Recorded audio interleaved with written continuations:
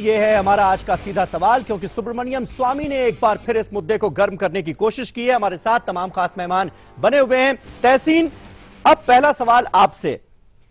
साफ तौर पर स्वामी साहब कह रहे हैं कि अगर राजीव गांधी आज जिंदा होते तो राम मंदिर का निर्माण हो चुका होता। इस बात से इत्तेफाक रखते हैं आप? राजीव जी एक ऐसे वजीर आजम थे जिन्होंने देश के एकता और अखंडता के लिए अपने शहीद हुए हैं, अपनी जान गंवाई है।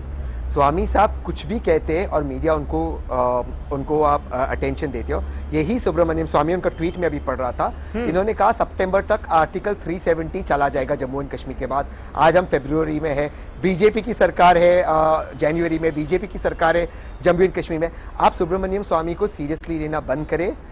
इसे मैं कहता हूं ही इज अ जोकर, और इस जोकर को बीजेपी एंटरटेन करती है। अगर ये जोकर नहीं है, बीजेपी के प्रवक्ता को मैं चैलेंज करता हूं आपके चैनल पर, इस पर कार्रवाई कीजिए, क्योंकि सुप्रीम कोर्ट की ये तौहीन है, कंटेम्प्ट ऑफ कोर्ट है। जो मामला कोर्ट में चल रहा है, आप उसको डेडलाइन दे। लेकिन तहसीन, जब राम मंदिर की वो बात करते हैं तब तो आप सीरियसली लेते हैं, जब वो राजीव गांधी की बात करने लगते हैं तो फिर आप उन्हें कुछ और पुकारने लगते हैं। ये इनका डबल स्टैंडर्ड। एक मिनट, मैं सीरियसली लेता हूं, मैं इसका जवाब देता हूं। हाँ। मैं सीरियसली लेता हूं। इसके पहले मुझे इस चीज का जवाब दे दे। अडवाणी जी की बहू ने यह कहा था 600 करोड़ रुपए राम मंदिर के नाम पे इकट्ठा हुए थे चंदा, और सोने के बिस्किट इकट्ठा हुए थे, सोने के ब्रिक्स, उसका हिसाब ये दे दे। सबसे बड़ा स्कैम हिंदुस्तान के अंदर ये है, इन्होंने राम के नाम पे पैसा कमाया है, इसका ये हिसाब दे। बाकी इसका हिसाब हम देने को तैयार है। इसका हिसाब, इसका जवाब विजय शंकर जी देंगे, विश्व हिंदू परिषद देगी इसका जवाब। देखो, पुणे वाला जिन जो कहा है कि ऐसे बयान 1992 के बाद कितनी बार आए, और जितनी बार इन्होंने कहा तो उतनी बार इनको हमने कहा कि जाके अयोध्या में ऑडिट जो है, भारत सरकार के पास ऑडिट डिपार्टमेंट है, आप जाकर कराइए। ये लोग जो हमसे प्रश्न करते हो कभी जाते ही नहीं है। हम कहते हैं कि ये कांग्रेस सरकार क्या विश्व हिंदू परिषद को ऐसे ही छोड़ देती है क्या? जो बयान दे रहे हैं ये केवल बयान देने के लिए कि अगर कुछ गड़बड़ होता तो ये हमें ऐसे छोड़ देते। अब तक ये मीडिया और ये लोग उठाकर के 7 समुद्र पार भेजने की तैयारी कर लेते, इसलिए ये इस विषय को बार बार बयान की बात करते हैं। नहीं विजय शंकर जी, हमने ये जरूर सुना है कि चुनाव के आने का सिलसिला लगातार अयोध्या में जारी था, लेकिन पैसे की कमी पड़ गई विश्व हिंदू परिषद के पास, इसलिए कुछ सालों से ये रुका हुआ था। हमने इतना तो सुना है, लेकिन अब पूनावाला साहब आरोप लगा रहे हैं कि भाई इसमें भी बड़ा घपला हुआ है राम मंदिर के निर्माण में, और सीधा सीधा आरोप आप पर है। समीर भाई घपले की जांच करवा लें ये। हाँ। बिल्कुल मैं बता रहा हूं ना जी, इनकी सरकार तब से कितनी बार रही है, और आपको लगता है कि इन्होंने जांच नहीं कराई होती? केवल ये कैमरे के सामने बोलने के लिए आए थे। कितनी बार जांच कराते और कितनी बार हम लोग अंदर होते अगर कुछ गड़बड़ होता। हाँ। इन्होंने पूरी जांच कराई है, ऑडिट करवाया है, और पूरी एक एजेंसी लगाकर जांच करवाई है। इसके बाद ये तो झूठ बोलने वालों की एक खान है, हमेशा झूठ बोलते हैं, और हिंदुत्व के विषय में तो झूठ बोलते ही बोलते हैं। ये तो चलो पुणे वाला जी चलो मुस्लिम है, लेकिन ये क्या दूसरा व्यक्ति आता है वो भी झूठ बोलता है। हाँ। तो हम कहते हैं कि ऑडिट करा लीजिए। ऑडिट तो भारत सरकार के पास रही है, और कितनी बार इन्होंने कराया है, इसलिए ये झूठ बोलना बंद करें। दूसरा पुणे वाला साहब, आप जो ये जोकर जैसे शब्दों का प्रयोग करते हैं, मुझे लगता है ये असंवैधानिक नहीं है क्या? अगर हम ये आरोप लगावें दूसरे के ऊपर, ये पप्पू कौन है, तो आपको कैसा लगेगा? ये पप्पू कौन है तो आपको बुरा लगता है? एक इंटेलिजेंट आदमी, इंटेलेक्चुअल आदमी को आप जोकर बोलते हैं। मुझे लगता है इस विषय को आपको सोचना चाहिए। मैं गलत शब्द कोई प्रयोग नहीं करूंगा इसके लिए। मैं जवाब देता हूं इसका। जहां तक सवाल है पैसे का, यह आरोप हमने नहीं, अडवाणी जी की बहू ने लगाए। आप अडवाणी जी को क्लैरिफिकेशन दीजिए। दूसरी बात, आपके दर्शक जाके चौक जाएंगे, वो हमारे कई सिस्टम में नहीं, पुणे वाला जी, अडवाणी जी बहू हमारे किसी सिस्टम में नहीं। मैं अभी बात कर रहा हूं, फिर से टोक रहे समीर साहब, ये तो अनफेयर है। समीर साहब ये अनफेयर है। आप अपनी बात पूरी कीजिए। मैं सुन रहा हूं। Thank you. दूसरी, आरएसएस आज तक रजिस्टर्ड ऑर्गेनाइजेशन है जिसकी जांच हो ही नहीं सकती, क्योंकि इन्होंने रजिस्टर्ड ही नहीं कराया, इसी फ्रॉड के लिए उन्होंने रजिस्टर कराया। तीसरी बात, अब मैं आपसे कह रहा हूं, बार बार ये राम के नाम पे पैसा कमा रहे। अगर इनको राम मंदिर बनाना नहीं है, चुनाव के टाइम पे इनको राम का नाम सेकना है। अगर ये बात सही नहीं है, ये क्या कोइंसिडेंस है? जब भी चुनाव आते ये राम का नाम निकालते हैं, और वो पैसे का हिसाब कहाँ गया? कितने गरीब लोगों ने पैसा कंट्रीब्यूट किया? और लास्ट चीज मैं कहना चाहता हूँ, समीर, आप आज भी तारीफ नहीं करेंगे? लास्ट चीज कहना चाहता हूँ, हाँ। समीर साहब, मैं लास्ट चीज कहना चाहता हूँ। इन्होंने कहा मैं मुसलमान हूँ, मैं मुसलमान नहीं, मैं एथिस्ट हूँ, मैं किसी भगवान किसी अल्लाह में नहीं मानता हूँ, मैं एथिस्ट हूँ, मैं टोपी ठंड की वजह से पहना हूँ। अच्छा समीर साहब, जरा मुझे एक दो बात पूछने दिए तहसीन पूनावाला से जी। देखिए पहले तो मैं एक बार समीर भाई एक नहीं, बार विजय शंकर जी आऊंगा मैं आपके पास। जफर जी आप अपनी बात पूरी कीजिए। आरएसएस में 3 बार इन्होंने प्रतिबंध लगाया है। मुझे बोलने दीजिए। नहीं, एक बार मुझे कहने दीजिए। अच्छा, 3 बार प्रतिबंध लगाया कांग्रेस ने, तीनों बार। जी जी जी हाँ, मैं ये कह रहा हूं समीर भाई, 3 बार कांग्रेस ने प्रतिबंध लगाया है आरएसएस पर। तीनों बार न्यायालय से ये कहा गया कि बिल्कुल निर्दोष हैं। इसके बाद इससे बड़ा कोर्ट ऑफ कंटेम्प्ट क्या हो सकता है कि कोर्ट ने ये बताया कि इन पर कोई दोष नहीं है और ये कहते हैं कि उस पर ऐसा हो सकता है। तो कुल मिलाकर कोर्ट ऑफ कंटेम्प्ट तो ये खुद कर रहे हैं, हमारे पुणे वाला साहब। जफर जी आप अपनी बात पूरी कीजिए। विचार करना चाहिए। देखिए सुब्रमण्यम स्वामी जी ने कहा जो कांग्रेस के बारे में, हाँ। राजीव गांधी के बारे में, ये तहसीन पूनावाला को मालूम होना चाहिए कि राम राज के बारे में राजीव गांधी बात कर रहे थे, उन्होंने इलेक्शन के बारे में ये कह रहे हैं इनको ऐसी बात कहनी नहीं चाहिए, हम जो कोई इलेक्शन तो अभी है नहीं, और उन्होंने इलेक्शन का आगाज ही किया ये कह के फैजाबाद में कि राम राज बनाएंगे। तो इसके बारे में अगर सुब्रमण्यम स्वामी जी ने कांग्रेस पर को बताया कि आज राम मंदिर बन चुका होता अगर राजीव गांधी होते, तो क्या गलत कहा, और इलेक्शन कैंपेन ही स्टार्ट किया उससे, ये तहसीन पूनावाला को मालूम नहीं है। दूसरी बात, तहसीन पूनावाला जिस बदतमीजी से किसी सीनियर पॉलिटिकल लीडर को बता रहे थे, उनको उनकी पार्टी को बताना चाहिए कि एक पॉलिटिकल डिबेट जो हो रहा है नेशनल टेलीविजन में किस वर्ड्स का प्रयोग करना चाहिए। शायद इनको उस चीज की तमीज नहीं है कि किसी को जोकर कह के, सुब्रमण्यम स्वामी जी को जोकर इसलिए सिर्फ ये कह रहे हैं इसलिए कि सुब्रमण्यम स्वामी जी ने नेशनल हेराल्ड केस में इनके 2 बड़े सीनियर लीडर को दुनिया की नजरों में चोर ठहरा दिया। कोर्ट ने भी इस बात का जिक्र किया कि इन्होंने बड़ा स्कैम करने की कोशिश की है, पब्लिक प्रॉपर्टी को प्राइवेट करने की कोशिश की है। जफर जी चलिए, ये तो तमाम बातें इस तरह की लैंग्वेज का इस्तेमाल कर जफर जी आज मुझे बताइए कि आज सुब्रमण्यम स्वामी ने ये जो बयान दिया है, आगे इस तरह के बयानात आपकी पार्टी के लीडर्स ना दें, इसके लिए अब आप क्या करेंगे? क्या आप कोई गाइडलाइन इशू करेंगे? क्या आप कोई निर्देश जारी करेंगे कि आप कोई इस तरह के बेतुके बयान, फिजूल के बयान नहीं देगा?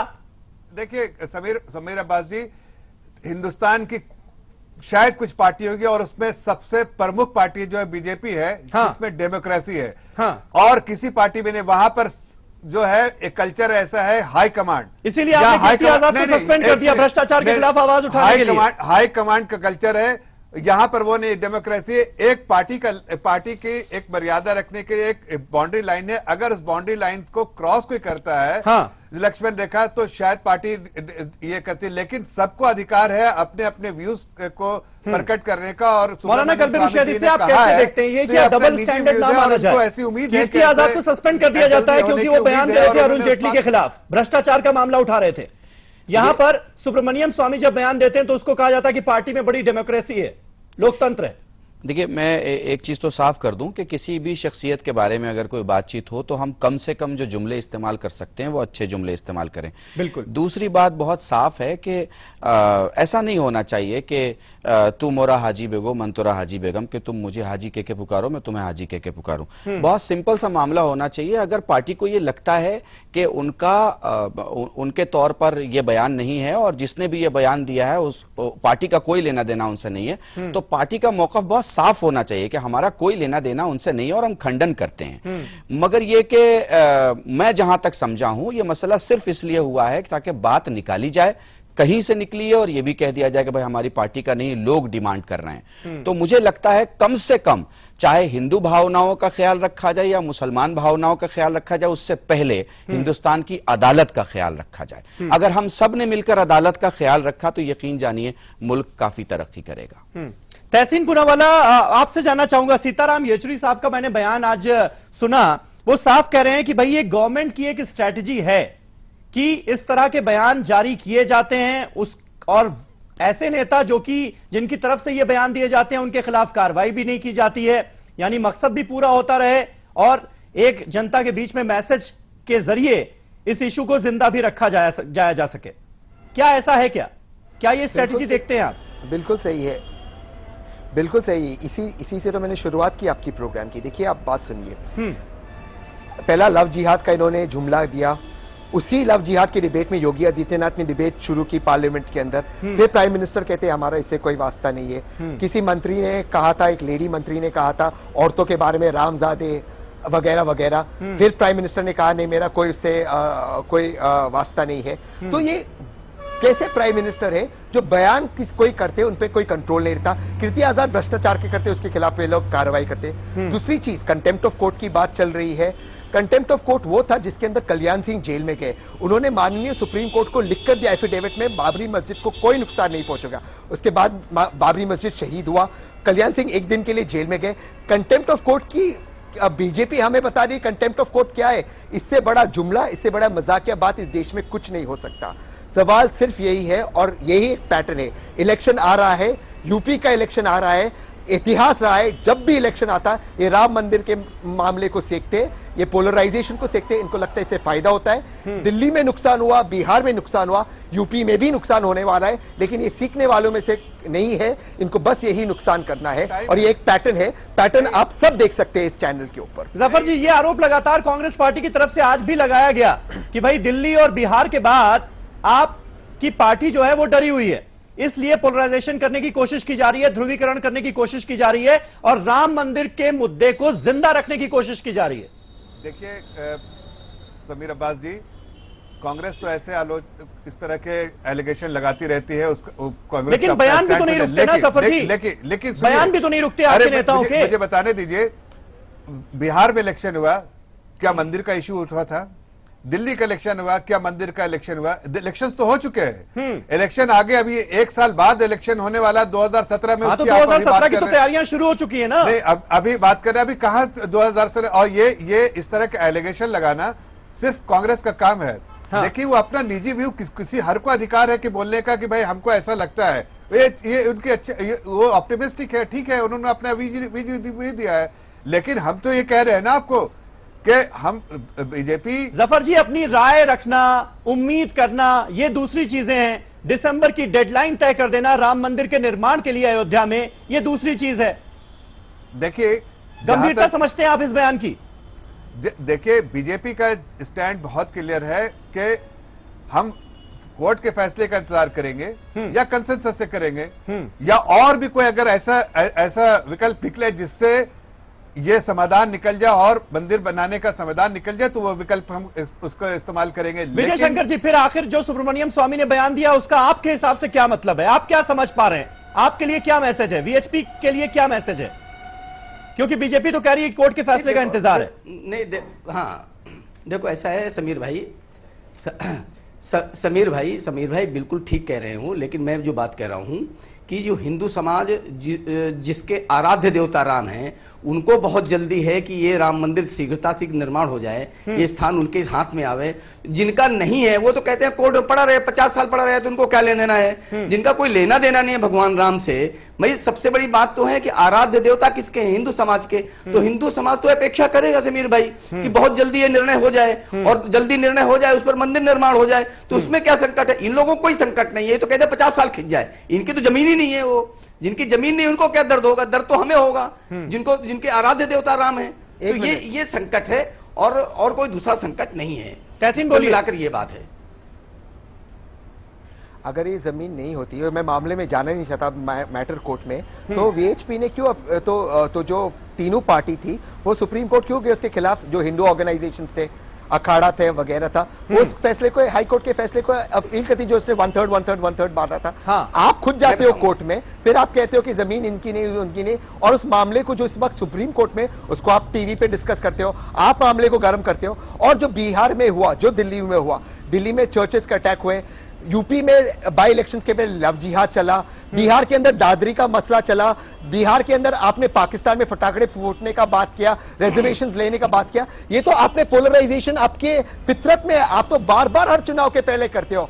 आप इस वक्त उत्तर प्रदेश है इसलिए आपने राम मंदिर फिर से निकाला, आपके पास और कोई मामला नहीं है। आप आए थे विजय शंकर जी, इसका जवाब दीजिए। और जो हाईकोर्ट का फैसला आया इलाहाबाद हाईकोर्ट की लखनऊ बेंच का, उसमें तो जो विवादित भूमि थी उसे राम जन्मभूमि माना गया, और फिर उसे हिंदू गुटों को देने की बात की गई। इसके अलावा हाँ, दो और हिस्से थे, एक निर्मोही अखाड़े के पास गया, एक मुस्लिम गुट को मिला। समीर भाई, फिर भी आप इस फैसले के विरोध में सुप्रीम कोर्ट क्यों चले गए? मैं बता रहा हूं समीर भाई, मैं पूरा, हाँ नहीं, अरे मैं बता रहा हूं भाई, मैं पूरी बात बता रहा हूं। शायद पुणेवाला जी को उस सारे चीज का पता ही नहीं है। हाँ। कुल मिलाकर 3 जजों ने तीन चीजें एक साथ कही हैं। हाँ। एक चीज ये कही है कि बाबर विदेशी आक्रमणकारी था। दूसरा उन्होंने ये कहा है कि ये इस्लामी स्ट्रक्चर नहीं था। तीसरा उन्होंने ये कहा है कि ये जो जमीन थी जहां पर बना है, जिसकी सामग्री से बना है, वो हिंदू मंदिर था। तो 3 चीजें जो है, ये जो तय है कि यहाँ पर हिंदू मंदिर था, नहीं, लेकिन तो इस श्री चीज राम को मंदिर लेकर बनना मतभेद है चाहिए। कि तो मस्जिद इसके बाद बनाते 3 समय निर्णय कोई कैसे मंदिर आएंगे? तोड़ा हम गया, इसके खिलाफ गए। ये भी कहा गया है ये- उस ऑर्डर में। मौलाना कल्बे रुशैद, आप क्लियर करना चाहेंगे? नहीं, वो देखो, वो मैं ये कह रहा हूं कि नहीं, मैंने वो बात नहीं कही समीर हाँ। भाई। मैंने ये कहा कि वहां पर हिंदू मंदिर था और उसके मलबे से यह मस्जिद बना है। इसमें तीनों के तीनों माननीय न्यायमूर्ति सहमत हैं। तो कुल मिलाकर के जब तीनों सहमत हैं कि वहां हिंदू मंदिर था, उसके सामग्री से बना है, तो हो गया ना कि श्री राम मंदिर वहां पर था। एक बात पुणे वाली जी को और बता रहा हूं मैं, जो अभी तक 2 डिस्कशन, 2 न्यायालय, 2 हमारे निर्णय आए हैं। एक 1983 में आया था, इनको ध्यान में नहीं होगा, एक ये आया है। दोनों में बात स्वीकार की गई है कि यहाँ पर बाबर विदेशी था, उसने आक्रमण करके और ये हिंदू मंदिर तोड़ा है, और ये भगवान राम का जन्म स्थान है, हिंदुओं का पवित्र स्थान है। तीसरी चीज और है, अभी तक जो रेवेन्यू के सिस्टम है, यानी आपके पक्ष में था ना फैसला विजय शंकर जी? कुल मिलाकर ये बताइए। 1937 तीनों जो रेवेन्यू की चीजें हैं। जी। तो फिर आप हायर कोर्ट में क्यों गए, सुप्रीम कोर्ट में क्यों गए? समीर भाई क्या पूछा? वही तो है। नहीं, वो मैं इसलिए गया, हम लोग इसलिए गए हाँ। कि हमें पूरा का पूरा जो धर्मवीर जी का जो निर्णय है वो सर्वमान्य है, वो निर्णय के लिए हम आगे गए हैं।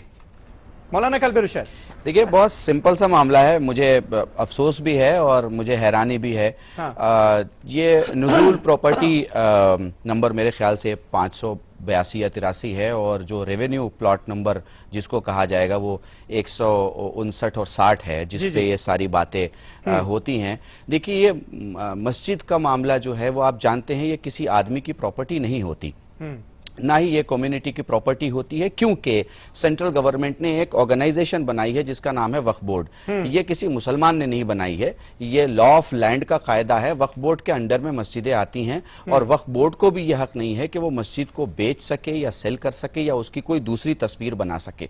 मैं समझता हूं कि जब कोई चीज वक्फ बोर्ड में है तो मामला अदालत से ही तय होगा, और जब मामला अदालत से तय हो रहा है तो दुनिया जानती है कि अदालत के मामलों में ना इधर बोला जाता है ना उधर बोला जाता है, बल्कि सुना जाता है। तो मुझे लगता है कि ना मुझे उन लोगों से एतराज है जो मंदिर बनाना चाहते हैं, जाएं, वहां बहुत सारी मंदिरें बना सकते हैं। अयोध्या में रोज मंदिर बन रही है और हर महीने मंदिर बन रही है, खूब मंदिर बनाएं, मगर जिस मसले में कोर्ट के सामने सुप्रीम कोर्ट में यह मामला चल रहा है, इंतजार कर लें, थोड़ा सा इंतजार कर लें। यकीन जाने मुल्क का फलाह और मुल्क की बहबूदी इसी में है कि हम अदालत के तय मुंतजिर रहें, अदालत जो कहे उस पर फिर जो दोनों फरीकैन के बड़े लोग हों फैसला लें आपस में, मगर पहले से कुछ बोलना मुझे नहीं लगता कि यह मुल्क के हक में है। बिल्कुल जफर जी, पिछली बार भी जब राम मंदिर का इशू उठा था, शिलाओं का पूजन शुरू हुआ था, उस वक्त भी हमने ऐसा ही एक शो किया था, और उस वक्त जो राम जन्मभूमि के मुख्य पुजारी थे वो हमारे साथ मौजूद थे। उन्होंने बड़ी एक खूबसूरत बात कही थी कि देखिए, हम लोग शांति चाहते हैं, अयोध्या में किसी तरह का फसाद ना हो ये चाहते हैं। जब इस तरह की बयानबाजियां होती हैं तो डर लगता है कि कहीं एक बार फिर वैसा ही माहौल तो नहीं हो जाएगा अयोध्या में। देखिए, अगर इस बात को जो सुब्रमण्यम स्वामी जी ने कहा, अगर आप तुल ना दें, हाँ। और उस बात को समझे जो हम बता रहे हैं और बीजेपी पार्टी बता रही है, हाँ। कि हम कंसेंसस के वेट या तो तरीका निकालें या फिर कोर्ट के फैसले का इंतजार करें, तो फिर यहाँ पर कॉन्फ्रंटेशन का कहां जफर जी, आपको बिल्कुल नहीं लगता, आप ईमानदारी से बताइएगा, आपको बिल्कुल नहीं लगता कि अगर हम इस तरह के बयानात दे रहे हैं तो फिर हम कहां इंतजार करने के मूड में हैं? देखिए, एक आप अगर कोर्ट के फैसले का सम्मान करते हैं, कोर्ट के फैसले का इंतजार कर रहे हैं, तो फिर इस तरह के बयानात की जरूरत क्या है? देखिए, एक इंडिविजुअल को अथॉरिटी है कि वो अपनी बात रखे, वो पार्टी के बारे में तो नहीं कहा, उसने अपनी राय जाहिर की है। जिस तरह से नेशनल हेराल्ड केस में Rahul Gandhi even though accused थे, कोर्ट ने उन पर एक ऑलरेडी बताया था कि भाई शाम ट्रांजैक्शन है, तब भी वो अपना सीना ठोक के कह रहे थे जिस तरह की बात कोर्ट के अंदर जाने से पहले। क्या वो सही था?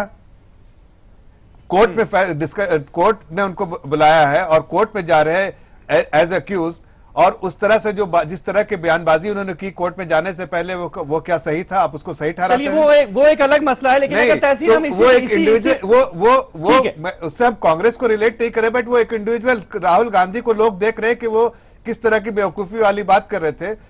अगर कोई लेकिन मुझे इस सवाल का जवाब दीजिएगा। आज जिस तरह से सुब्रमण्यम स्वामी पूरी मीडिया के सामने ये कह रहे थे कि राजीव गांधी शुरू से इस पक्ष में थे कि जो विवादित स्थल है वहां पर राम मंदिर का निर्माण होना चाहिए, और उन्होंने एक और तर्क दे डाला। उन्होंने कहा कि रामायण जो सीरियल शुरू हुआ वो लोगों का मन बने इसके लिए ही था, एक तरह से लोगों का मन बनाने की कोशिश थी। आपको लगता है ये स्थिति आपको क्लियर करनी चाहिए? क्या ऐसा था? देखिए, आप मेरे से बात कर रहे हैं क्या? मैं बता दूं एक चीज, मैं एक चीज बताना चाहता हूं। मैं रामायण और महाभारत काफी पढ़ता हूं, मैं इसमें काफी रिसर्च करता हूं जी, और राम राज्य आना चाहिए, ये बात से कोई इनकार नहीं करते। और मैं एक सेकंड में आपको बता देता हूँ, राम जी की एक खूबी थी, जब वो ब्रिज बन रहा था अयोध्या, जब वो ब्रिज बन रहा था लंका जाने के लिए, एक स्क्विरल आया, उसको जो बंदर थे और बैर थे उन्होंने भाग लेने का हिस्सा लेने का मौका नहीं दिया। वो राम के पास गए, राम ने उसकी पीठ थपथपाई और राम ने उसको इंक्लूड किया। राम का मतलब क्या है? राम का मतलब है इंक्लूसिव। राम ने एक छोटे से स्क्विरल को भी इंक्लूसिव बनाया। राम राज्य का मतलब है इंक्लूसिव होना। राम राज्य का मतलब ये नहीं है कि आप रोज टेंशन शुरू करो। राम राज्य का मतलब ये नहीं है लव जिहाद। राम राज्य का मतलब है मॉडर्निटी। राम बहुत मॉडर्न आदमी थे, बहुत मॉडर्न तरीके से उनको वाल्मीकि ने डिस्क्राइब किया था। राम का मतलब मॉडर्निटी। जो राजीव गांधी ने कंप्यूटर लाए जिसके खिलाफ ये बीजेपी वाले बैलगाड़ी पर पार्लियामेंट में आए। आप राम राज्य को नहीं, लेकिन ये सारी बातें नहीं कह रहे हैं स्वामी जी। राम के नाम पे पैसा मत कमाइए आप। मंदिर का निर्माण हो विवादित स्थल पर, ये चाहते थे राजीव गांधी। और रावण के मुंह से राम अच्छा नहीं लगता। जो लोग लंका में अपनी जो रावण है उनके मुंह से राम अच्छा नहीं लगता। आप बस राम राज्य को समझे, रामायण को पढ़े, ये बहुत बड़ी चीज है अपने आप में। चलिए जफर जी, एक सवाल का और जवाब आपसे चाहूंगा कि ये जो कॉन्फ्रेंस की जा रही है 9 जनवरी को, इसके लिए जिस जगह का चुनाव किया गया है वो भी अपने आप में बड़ी खास है। हमारे दर्शकों को बताना, दिल्ली यूनिवर्सिटी का जो मेन हॉल है वहां पर चर्चा करवाई जा रही है राम मंदिर को लेकर। आपको लगता है इस तरह से जो इंस्टीट्यूशंस हैं, जो हमारी यूनिवर्सिटीज हैं, उनको राजनीति का अखाड़ा बनाना चाहिए? ये सही है क्या? देखिए, ये डिसीजन तो यूनिवर्सिटी की समीर भाई, मैं बोलूंगा इस पे। मैं आ रहा हूं आपके पास विजय शंकर जी। लेना चाहिए, लेकिन मुझे नहीं लगता कि इसमें कोई प्रॉब्लम होनी चाहिए। वो डिस्कशन है, डिबेट है, लोग सुनेंगे, और ये नेशनल इश्यू है, लोगों को जानना इसके बारे में जरूरी है। इसमें क्या बुराई है? विजय शंकर जी।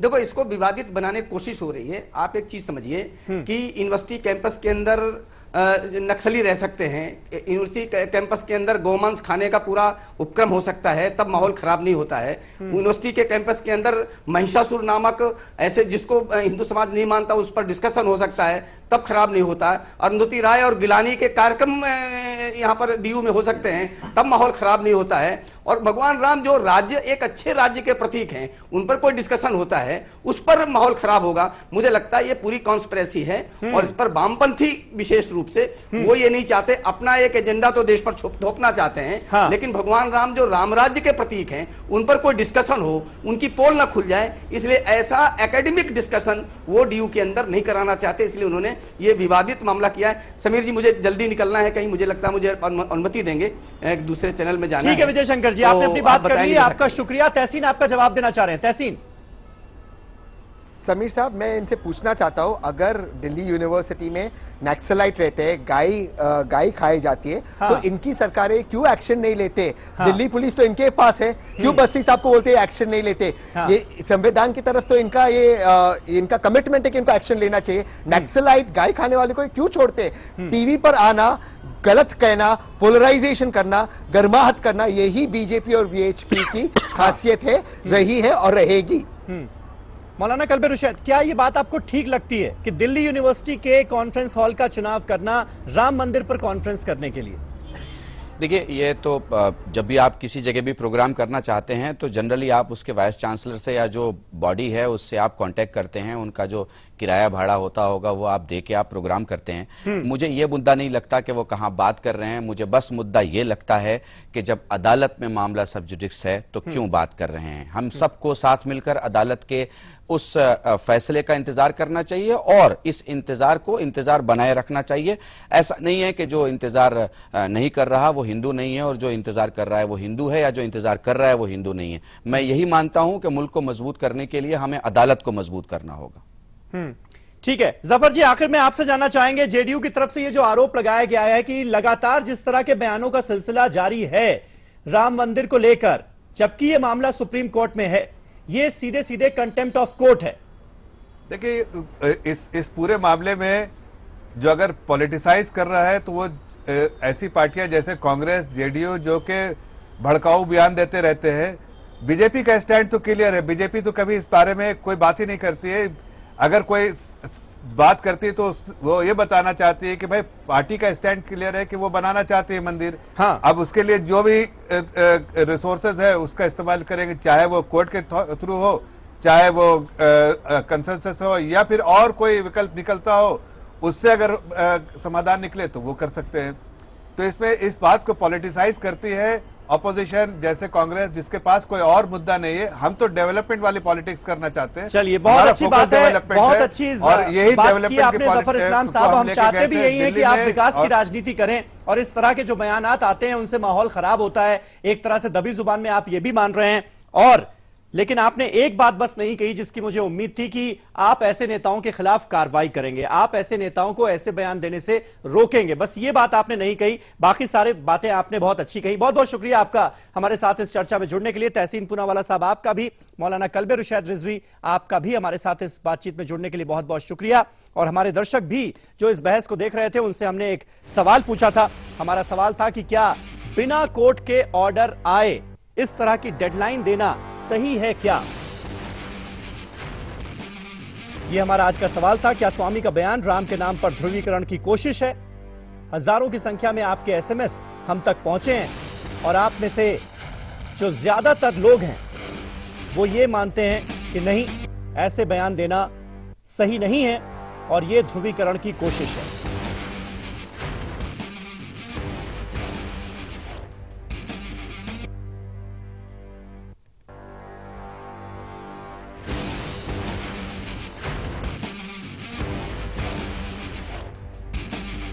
तो आपके जो एसएमएस आए हैं उनमें से 68% लोगों का मानना है कि हां, ये इस तरह के बयान देना राम मंदिर के नाम पर ये ध्रुवीकरण करने की कोशिश है, चुनावों में फायदा लेने की कोशिश है, जबकि 42% लोग ऐसे हैं जो इस राय से इत्तेफाक नहीं रखते।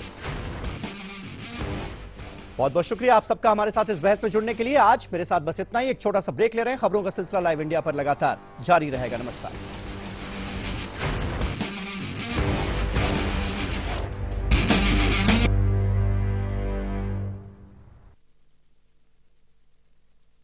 रूप मंत्रा आयुर्वेदिक फेस क्रीम, ये कोई कॉस्मेटिक नहीं, आयुर्वेदिक औषधि है। Roop Mantra Ayurvedic face cream and face wash, इसमें है 12 खास आयुर्वेदिक जड़ी बूटियों का संतुलित मिश्रण। ये कोई कॉस्मेटिक नहीं, आयुर्वेदिक औषधि है।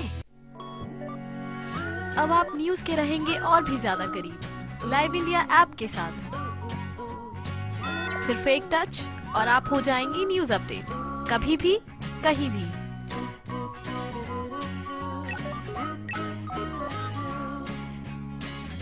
लाइव इंडिया ऐप हथेली पर दुनिया। डाउनलोड करें गूगल प्ले स्टोर और ऐप स्टोर से। कुछ जवाब ऐसे भी जिन्हें इंतजार है अपने सवालों का। कुछ ऐसे ही सवाल उठेंगे मेरे साथ। जवाब दो सरकार।